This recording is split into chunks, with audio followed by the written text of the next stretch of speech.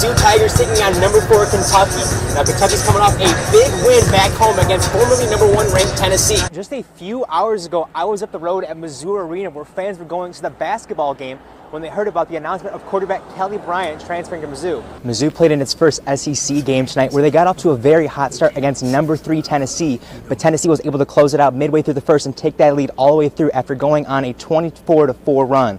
Now the Tigers are on the road this week against #1 Alabama, but will be back home for homecoming week against Memphis. Simona Vaughn applied to be a tutor at Mizzou in 2004. She said when she was going through the application process, something didn't feel right about the job. Something that she believes would have been committing fraud. Sometimes you've got to do what you've got to do to make sure the athletes can continue playing. Simona Vaughn has a story that she's been waiting to tell for 15 years about applying to be a Mizzou tutor. This was told to all of us. I think there were at least 10 of us in the room. Vaughn applied but didn't take the job. And it was made clear that I might have to do some of the work for them. But Mizzou Athletics says the exact opposite. But that has never been a practice we've ever had in the athletic department. Tammy Chivas is in charge of the academic plans for the athletes. She says the tutor accusing Mizzou of cheating, Yolanda Kumar, more than likely acted alone. I think that was an act that that was between her and the students, and that would just be my belief. Kumar said the school knew she cheated for the students, and Vaughn chose not to take the job because of that.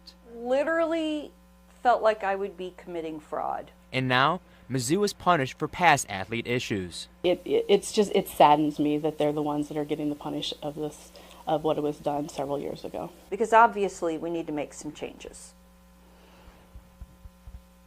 But like I said before, I don't think punishing is the way to make changes. The university has not yet appealed the NCAA sanctions, but they will appeal.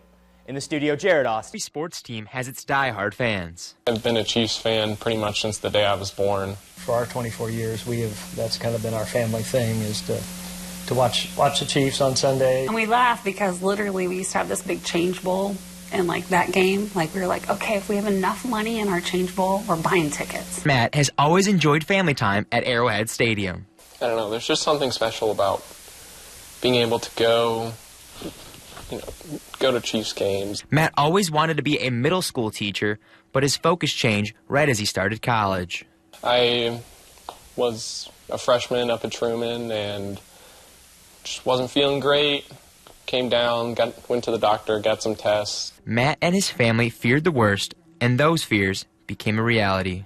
He was diagnosed with acute lymphoblastic leukemia, a cancer found in the bone marrow. Nothing can prepare you for, being told you have cancer. Cancer forced him to put his dream on hold. With extended time in the hospital, the Mays went to the Bible for closure. Our wall right behind there says, we know that in all things God works for the good of those who love him, and we've just trusted that. Philippians 1:21, which is, for me, to live as Christ and to die as gain, which just gave me this overwhelming sense of peace. Even with death in the back of their minds, his family remained positive. It's all a gift, right? Whether he lived or died, it was all a gift. During this stressful time, Matt looked for inspiration in something or someone. He found it in Chief Safety Eric Berry.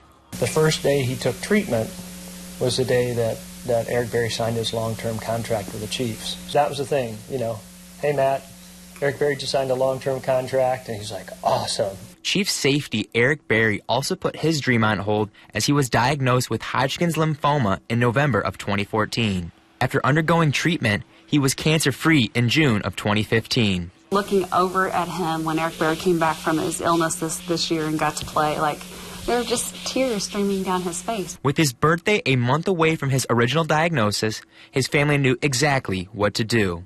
They reached out to a friend of a friend in the Chiefs organization, and they gave him a special gift. Matt, on behalf of the Kansas City Chiefs organization, I would like to wish you happy birthday. A personal letter from the Chiefs CFO Dan Crum, and his favorite gift of all. No.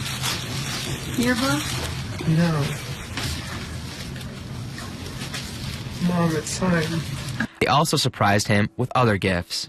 tickets on the floor of the 2018 NFL Draft, the opportunity to hold a cancer flag on the field at halftime, giving thanks to the Chiefs and Eric Berry.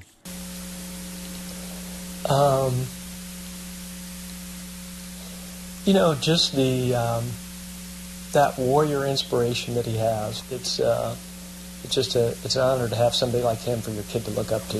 He is such an incredible role model, just on the field and off the field, the way he carries himself. And, you know, I'm just to be able to see him on the field is just such an incredible feeling. In Columbia, Jared Austin, KMU8 Sports.